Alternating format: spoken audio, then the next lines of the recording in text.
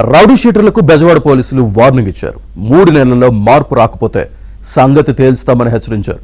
ప్రత్యేక కౌన్సిలింగ్ ఇచ్చి పద్ధతి మార్చుకోవాలని హెచ్చరిస్తున్నారు.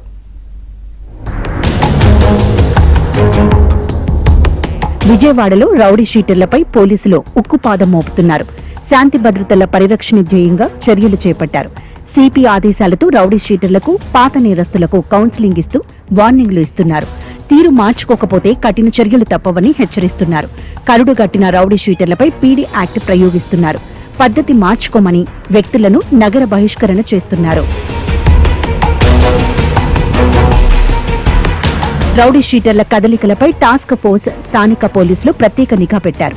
ప్రతిరోజు రాత్రి సమయాల్లో నేరస్తుల ఇళ్ల వద్ద పెట్రోలింగ్ చేస్తున్నారు. రౌడీయిజం, సెటిల్మెంట్లు, బెదిరింపులకు పాల్పడే వారికి తమదైన స్టైల్లో క్లాస్ తీసుకుంటున్నారు. నేర ప్రవృత్తిని విడనాడి సత్ప్రవర్తనతో మెలగాలని సూచిస్తున్నారు.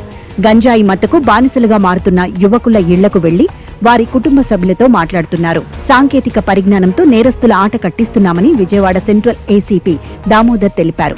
టెక్నాలజీ ఆధారంగా నేరస్తుల కదలికలపై దృష్టి పెట్టామన్నారు. విజయవాడ సిటీలో సీసీ కెమెరాలు ఉండడం వలన, అదేవిధంగా ఈ ఎఫ్ఆర్ఎస్ కెమెరాలని, తర్వాత ఈ యొక్క టెక్నాలజీ తోటి ఏమవుతుందంటే ప్రతి ఒక్క ఈ షీట్ హోల్డర్స్ అందరికీ కూడా ఈ ఫొటోస్, ఫింగర్ ప్రింట్స్ తీసుకొని మనం ఎప్పటికప్పుడు అప్లోడ్ చేయడం వల్ల, ఈ సీసీటీవీస్లో కూడా అప్లోడ్ చేయడం వల్ల మనకి కమాండ్ కంట్రోల్ రూమ్కి ఎవరన్నా ఒక రౌడీ షీటర్ కానీ, కేడీ కానీ, సస్పెక్ట్ కానీ మన ఏరియాలో కాకుండా బయట, ఈవెన్ మన సిటీలో కాకుండా బయట ఏరియాస్ జిల్లాలో కూడా Kakinada bus stand, Rajahmundry bus స్టాండ్లో తిరిగినా కూడా మనకి అలర్ట్ రావడం జరుగుతూ ఉంటుంది.